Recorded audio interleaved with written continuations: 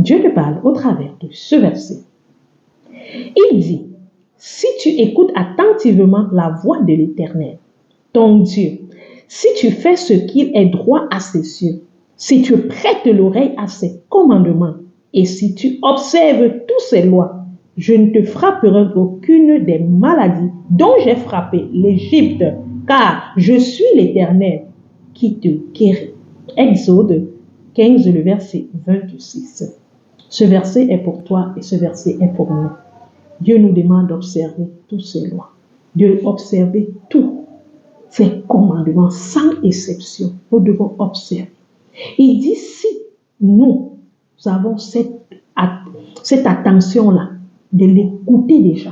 Il dit au premier verset, il dit déjà, si tu écoutes attentivement la voix de l'Éternel, ton Dieu, si tu fais ce qui est droit à ses yeux, écoutez la parole de Dieu, aimez écouter la parole de Dieu et marchez dans la droiture. L'homme qui écoute la parole de Dieu est l'homme qui applique ce qu'il a écouté de cette parole et marchant vers la droiture. Mais quand nous ne marchons pas à la droiture, nous savons ce qui s'est passé dans le pays d'Égypte. Nous savons ce qui se passe en Égypte. Et Égypte aujourd'hui, ça signifie le monde. Si tu ne veux pas être frappé de ceci, il est temps pour toi de pratiquer totalement la parole de Dieu et de marcher selon la droiture.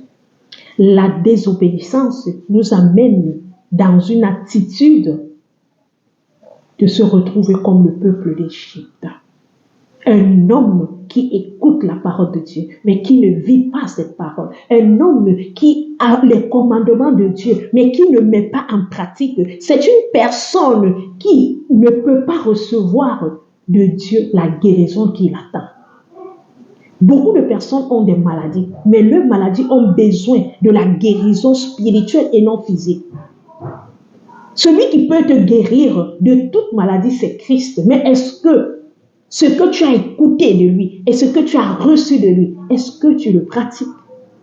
Est-ce que tu pratiques ce que tu as écouté? Est-ce que tu mets en pratique ce que tu as écouté? Non. Alors j'aimerais vraiment nous dire en tant qu'enfant de Dieu que Christ est celui qui peut nous guérir de toute maladie. Il est celui-là qui peut nous amener dans toute élévation. Mais il va falloir que nous soyons de ceux-là qui l'écoutons attentivement et de ceux-là qui pratiquons les commandements qu'il nous a donnés. Il nous a tout donné dans sa parole. Et il veut que nous fassions des choses droit à ses yeux. Nous fassions des choses droit.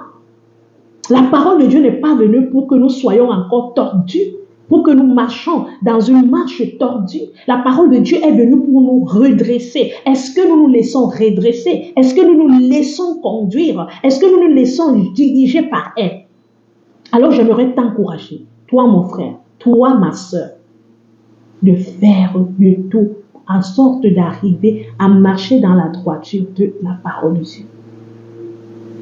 Que le Seigneur nous aide à quitter la vie tordue pour nous conformer à la vie droiture, à quitter à l'écoute de la parole de Dieu, mais aller à la pratique de la parole de Dieu et d'observer tout ce qui est droit aux yeux de Dieu. Que nous devons renoncer à tout ce qui nous amène à être tordus et nous conformer à la droiture. Et de là, nous aurons la guérison que nous attendons de Dieu. Que le Seigneur te bénisse, nous prions. Seigneur, nous te demandons pardon. Pour combien de fois, Seigneur, nous avons écouté ta parole, mais nous n'avons pas vécu ta parole. Pour combien de fois nous avons, Seigneur, entendu ta parole, mais nous n'avons pas appliqué ta parole. Nous venons te demander pardon, Seigneur. Mais Seigneur, ce moment, nous avons compris, oh Dieu, de vivre ta parole et de l'aimer. Alors, Seigneur, je te prie de nous aider à vivre ta parole, à l'aimer et de la pratiquer afin que toi seul tu sois glorifié. Nous te remercions pour toutes choses, que ton nom soit glorifié au nom de Jésus. Amen. Amen, bien-aimé. Que le Seigneur te bénisse. Je t'invite à aimer la vidéo, partager avec quelqu'un autour de toi. Retrouvons-nous demain pour un autre verset. Que Dieu te bénisse.